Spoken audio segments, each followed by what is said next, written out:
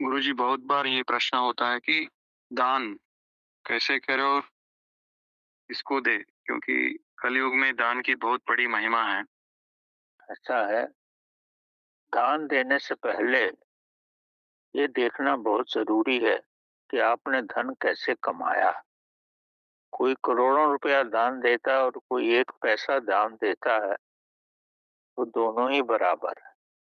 तो जो 1 पैसा दान दिया उसने 2 ही पैसे कमाए अपनी मेहनत से और 1 पैसा दिया, उसका प्रभाव ज़्यादा रहता है बनिस्बत कि जिसने लाखों रुपया दान दिया। तो उसने कैसे कमाई की है वो इम्पोर्टेंट है। जब आदमी बहुत सारा धन रखता है तो मोस्टली तो ऐसा ही होता है कि वो सीधे रास्तों से नहीं कमाया जाता। सीधे रास्तों से धन कमाया जाए तो धन आपकी दाल रोटी के लिए ही बस होता है। मैं आपको एक कथा सुना सकता हूँ जो लिखित में भी है। गुरु नानक साहब एक गांव में गए तो एक रईस वहाँ का रईस व्यक्ति था, पैसे वाला। उसने उनको भोजन के लिए घर में आमंत्रित किया और एक गांव का जो सबसे गरीब व्यक्ति था उसने भी बोला कि मेरे घर में चरण डालो।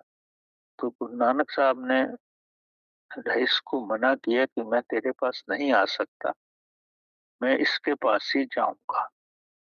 तो उसको बड़ा आहत हुआ कि मेरे पास सब कुछ होते हुए वो इतने गरीब व्यक्ति के पास, जिसके पास एक रोटी भी खाने को नहीं है, वहां क्यों जाना चाहता। उसने बड़ा अपना क्रोध दिखाया। तो गुरु नानक साहब बोले, तू अपना भोजन मेरे पास लेके आ। और उस गरीब को भी बोले, तू भी रोटी लेके आ।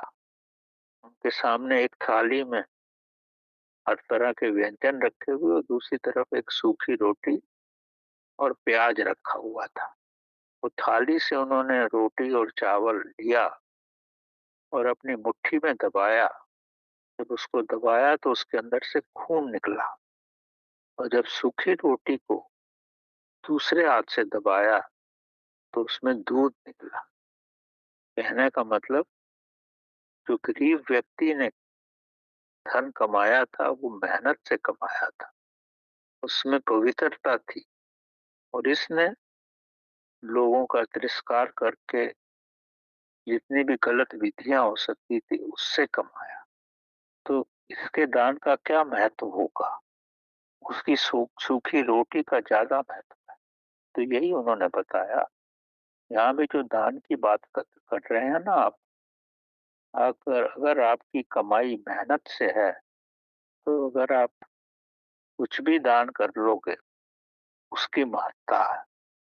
अगर आपकी कमाई मेहनत की नहीं है, उन रास्तों से आपने कमाया है जो कि समाज के हिसाब से गलत है और आपको भी पता है कि वो ठीक नहीं है, धन धान्य तो आपके पास हो गया, लेकिन उस धन में वो सुगंध नहीं होगी, उसके भोजन में वो आनंद नहीं होगा। और उस भोजन को खा करके ना तो आपकी बुद्धि बनेगी, ना विवेक आएगा, ना ही आप में सामर्थ्य आएगी। तभी कहा जाता है, जैसा अन्न वैसा मन। वैसा भोजन करोगे तो आपको कष्ट ही कष्ट। इसलिए सुचारू रूप से और मेहनत से धन कमाओ और वही दान में दो।